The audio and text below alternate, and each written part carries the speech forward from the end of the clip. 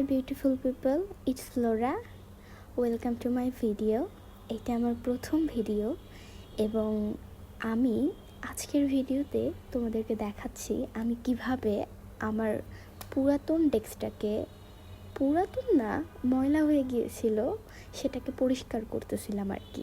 তাই ভাবলাম তোমাদের সাথেও একটু শেয়ার করি, কেননা আমি ভাবছি যে আজ থেকে আমি আমার দৈনন্দিন জীবনের যে আমার দিনটা কেমন কাটে বা আমি কিভাবে পড়াশোনা করছি, কারণ সামনে আমার বোর্ড এক্সাম।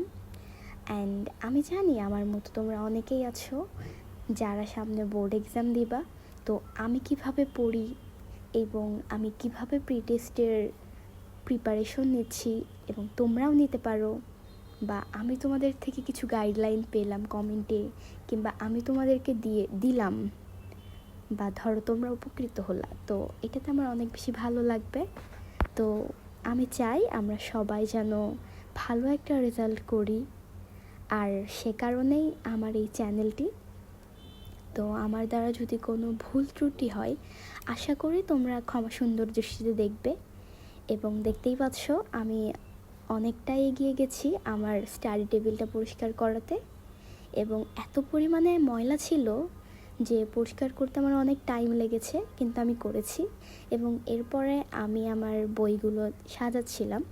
আমাকে আম্মু বলেছিল যে ডেস্কে যেন অপ্রয়োজনীয় জিনিসপাতি না রাখি, কেননা আমার ডেস্কে অনেক বেশি অপ্রয়োজনীয় জিনিসপাতি থাকতো। লাইক ধরো এটা কিউট লাগতেছে, আচ্ছা ডেস্কে রাখি দিই, এরকম একটা ব্যাপার।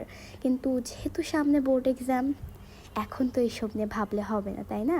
এখন পড়তে হবে ভালো করে, এবং ডেস্কটাকে এমনভাবে সাজাতে হবে যেন দেখলে শুধু পড়তে মন চায়। এই জন্য আমি আমার ডেস্কটা খুবই সিম্পলভাবে সাজাচ্ছি, শুধু বই খাতা, কালার পেন্সিল, হাইলাইটার দিয়ে। তো দেখতে দেখতেই দেখো আমার ডেস্ক সাজানো শেষ, মানে পরিষ্কার করা।